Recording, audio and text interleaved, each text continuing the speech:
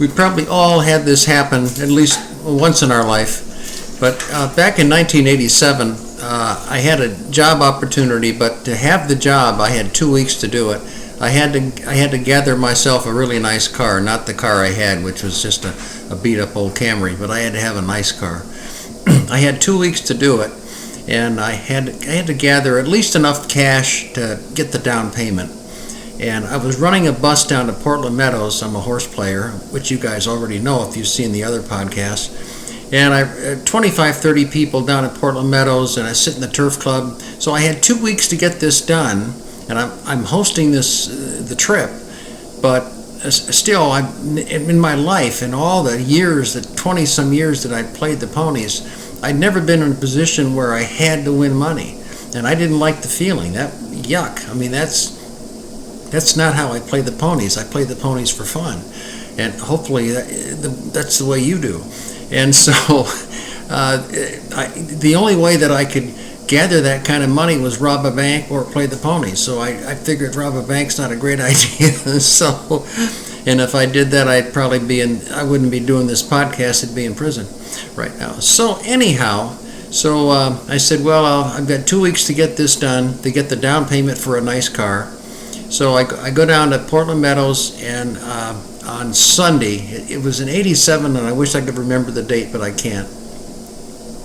It was a sloppy track, and sloppy track, for you folks that have handicapped a long time, know that sloppy track racing, front speed holds really good. And at Portland Meadows, which is a sand-based track, speed held really good when it was sloppy. And when it was sloppy, we used to call it Lake Portland. I mean, the track was just, it was just like this deep, water. You cover the hoofs. And so the front speed would last because the stuff is slopping up in their face. And so I get to the first race, the double on Sunday, and this horse, and I can't remember his name, but ironically his dad's name was Mud and Water. Well, Mud and Water was the sire in Portland, in Oregon, and it's the sire that I remember in my life that was the best sire of mud runners. Most of his babies were tremendous. They sired mud runners. I couldn't believe the percentage of his horses that loved to run in the mud. I don't, but they did. But anyway, this horse, can't remember this one's name, but the horse went off at 50-1. The horse that was a maiden had run in 2 sprints, 2 short races, and was now going a mile for the first time. So basically, looking at the time and the fractions of the race that the horse had run in, he appeared that he would have a 2 or 3 length lead for fun. So he looked like Lone Speed to me. So I used him and one other horse. And then in the second race, there's a horse named Cavarun. He was in the 10 hole. And he had done the same thing the year before, the same setup, where he'd been in a short race, didn't do anything, but he went out to the lead and faded. Then he ran a mile race and didn't do anything at all. And now here he was today, third race. This was the same pattern as last year. And once again, sloppy track, and he was the lone speed in the race. He was it. I looked at the others, and there was no other speed. So I had 2 lone speeds. So I used him and a horse named West Coast Woman. So in the first race, in the first race, the horse went off at like 50-60-1. It was ridiculous. I thought the horse would go off at 6, and so the horse won the race by a nose, barely hung on. Now in the next race, I look up and I figured the double with this horse it'd probably pay $300-400 at the most. $2,400 with Cavarun, the 10 horse. $2,400, and I had the lone speed. Well, he went out on the lead, got out, got to the rail, and I'm with a fellow named Philippe, French, in a thick French accent, and he said, "Murphy, Cavarun has the lead." I said, "I know, Philippe, this is good." So, and he's clumping around. And in the stretch, it's left lead, right lead. I'm not going to explain this to you, but the horse was on the wrong lead coming in the stretch, and he lost the lead to my other horse, West Coast Woman. Well, that double was paying about $450, which is great, but the other double's 2400. Well, then the jock gets him back on the right lead. Anyway, Cabaron begins to climb every stride. He's coming back, coming back, coming back. Then this other horse comes roaring up. And so West Coast Woman's done. And this other horse comes up. And right at the wire, I'm not sure if I won or lost. And I won. Cabaron 2,400. So I go to this lady that I always cashed with every time up in the turf club. And I told her I need a check. And she was so proud of me. The racing secretary who I sat next to, now he's the boss. He runs the joint. He does track odds. He sets the morning line odds. He does punishment for the jockeys and the trainers if they mess up.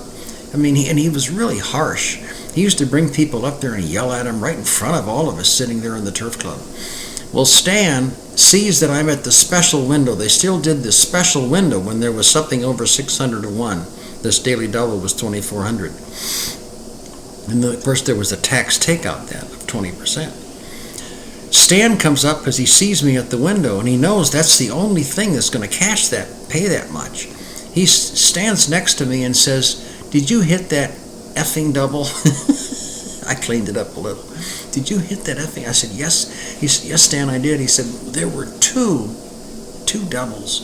The pool was $7,800. I went, "Oh my God." I told him, I said, "I needed to get a car." He said, "That's great. You're getting a check. Fantastic."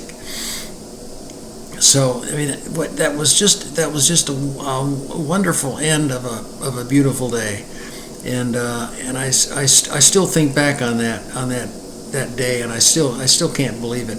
What I can't believe is that it paid that much. But I found out that the reason it probably did is that Portland Meadows has a lot of handicappers that go to the dogs, and they don't really handicap that much at Portland Meadows, or they didn't back then. The only thing else I wanted to talk about very briefly today, to close out, is something that we didn't have to worry about back when I started in 1960.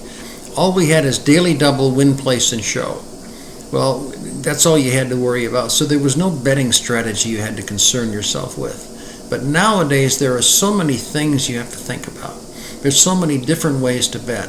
And I just want you to consider and think about where you put your money. Whether are you going to emphasize something, emphasize doubles, pick fours, pick threes, win bets, place bets, show bets, whatever you're going to do. Look at everything and kind of analyze and think about it. Because I didn't do it when all the gimmicks came up, and the gimmicks popped up in the late 60s in Chicago. I didn't really have to think about it, or I didn't think about it too much, but people had to begin to think about betting strategy. Where do I put my money? Because there's so many different ways to bet on the horses. So just kind of think about that and do some analyze stuff, and you'll figure out the things that work for you, and you'll figure out the kind of bets that don't work for you. Right now, the pick four at Gulfstream is my favorite, the late pick four, but that happens to work for me. So, but that was a wonderful day at Portland Meadows, and I got my car and I got my job, and it was a great year. Good talking with you. See you next time.